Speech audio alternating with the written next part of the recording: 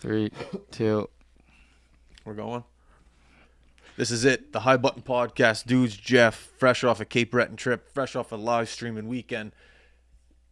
NHL season, preseason back. Spicy Tuna getting a chant in Utah. All these maritime guys at NHL preseason camps. Brain is mush. Tuesday morning. Third coffee of the day. The name of the company's High Button Sports. How are we, folks? Dudes, how you doing? How was Chester? Oh, yeah. Chester was unbelievable. It's arguably one of the nicer courses in the province. And yeah, just a kind of a crazy 48 hours, maybe a little bit more than that for myself personally. So I'm doing pretty good. I'm a little bit tired, but I'm tired every other day. So you're normal. Yeah. Yeah, so I'm normal. Good way to put it. Love it. Jeff, how's Edmonton? Or how are you? Both good. Both good. Yeah, nice weekend in the Valley. First time down there in a while, so it was nice. You go apple picking? I wish. Well, make me a apple crisp. I was in the Apple Dome, buddy. Oh, that's not the name of it? I think so, isn't it? Yeah, I think that's just what they call it. It's It's like the KMCC or something. Yeah, like that, so, you got her. Is it? It's apple picking season now, though. I'm pretty sure, like the fall, and it's close. Apple crisp. Yeah, they had some Easy. pumpkins out. There were some pumpkin patches Already? Yeah. already. I was at Costco the other day, and they had Christmas stuff. They had more Christmas stuff there than. Excuse me. Still good there? It's still recording? Yep. They had more Christmas stuff there than Halloween stuff. Well, Halloween stuff's just basically treats, and then they have like Yeah, but they that got one the store fake that comes in. pumpkins and Oh, true. Yeah, like doorstep ornaments. yeah, women and men. They love the trinkets. people love decorating. True. You know, Very it's true. it's a thing. Christmas. Jesus. Yeah, that's wild though. But you know what, man? I feel like people Christmas shop all year. That's what I've learned, at least in the families that I'm associated with. Yeah, you're really good with the gifts. You'll get a Christmas gift in July. Like Better deal. You just think about it all year round. It's always a thing for you. I think that's just them rubbing off on me, man. It was never like that before. Yeah. Like, I barely bought myself stuff, but Yeah. it is nice though. I do like giving gifts, so it's kind of fun when you see something you're like, oh man, this person's gonna love this, right away. So For sure. it is kind of nice. A big theme of this company is work hard, play hard. And in terms of playing hard, you'll never really see us like at a club. That when people say play hard, it's like we don't do golf is the play for us. Yeah, not drinking.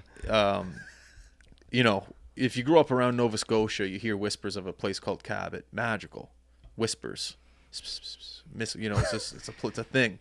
And if you're fortunate enough to ever get around in there, you look up and you thank the golf gods and say, thank you for this opportunity. I'm going to be a better person so I can even come back here. I'm going to hold doors. I'm going to pick up garbage whenever I see it. I'll do whatever I can to be able to come back here. So thank you very much, golf gods. And Dudes and I were fortunate enough to get to play CABOT for the first time ever. Yep. This past weekend. We had a Cape Breton trip. We went up to see the home of Al McGuinness, also Brendan, drop up some gear. And just say hello to the Inverness community, or Port Hood community. Port Hood, Inverness, definitely not the same community, but you know what I mean, just that whole area.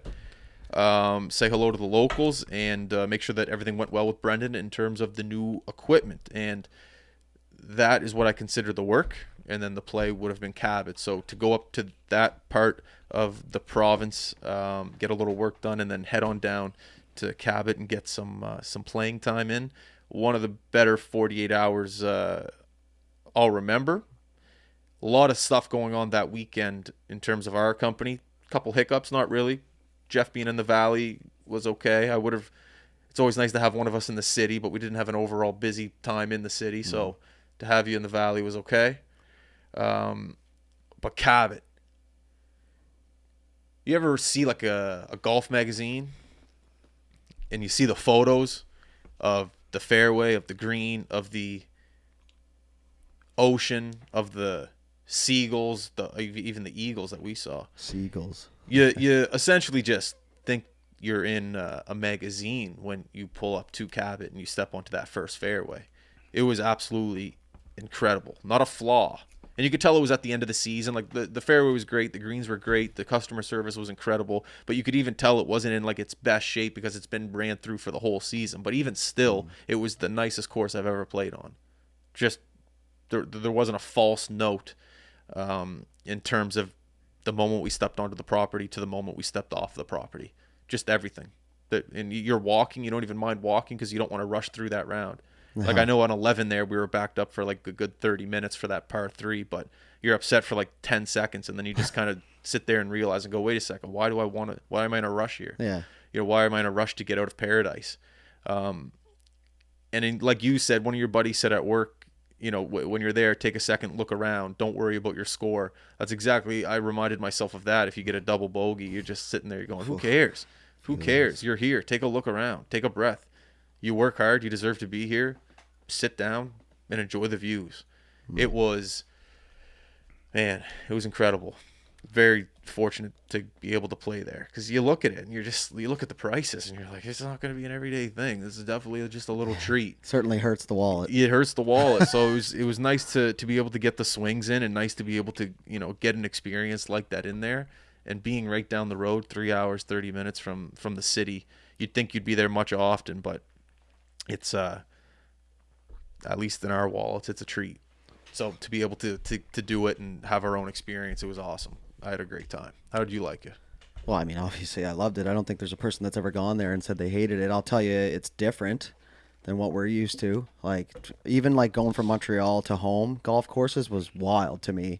But then to go from like, Penn Hills to Cabot, I'm not shitting on Penn Hills, obviously I love that place, but it's just different. Like the greens are different. I think Wig said they're like fescue grass that's just like chopped down. It's like you could putt from literally anywheres.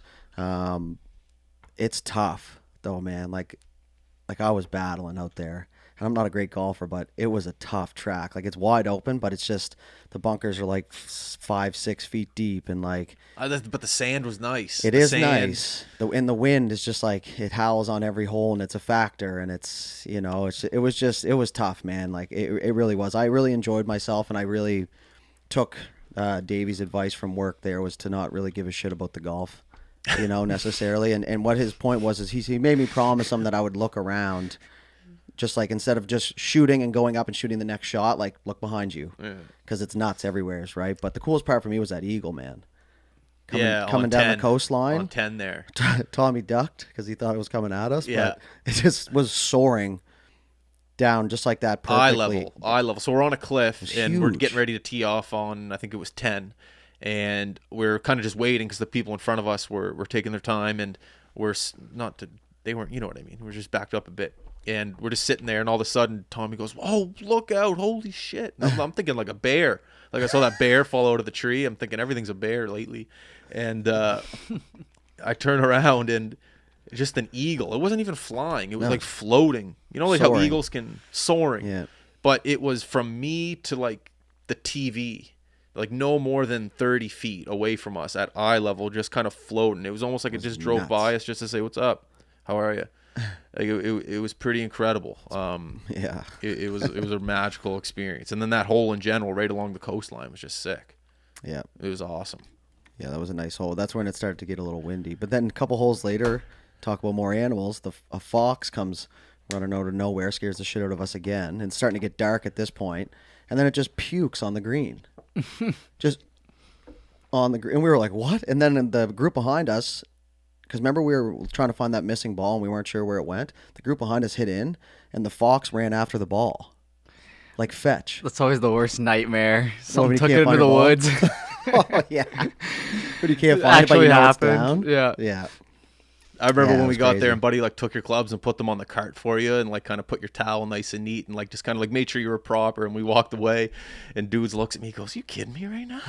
Oh, yeah. Look where we are right I'm now." not used to that. Like he was just dudes just getting like the A+ service. Like it was incredible. And I looked at your face and you're like, "Whoa, okay, this is how the other side lives. Okay, that's pretty nice. Let's go." It's a bit weird to be there. Like, especially like Tommy put it best. He was like, just, would you ever have thought a couple kids from Fairview living the way we were would be there? And that's kind of when it hit me. I was like, no. And like even that, the guy like putting the bag on, you're like, dude, I got it. But it's just like, you let him do his thing, right?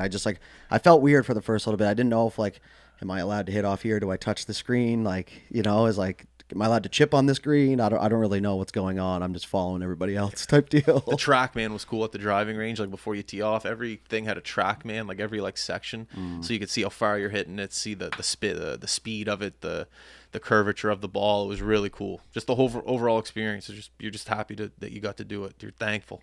Pretty much it. You're just thankful you got to do it. But yeah, it was really cool.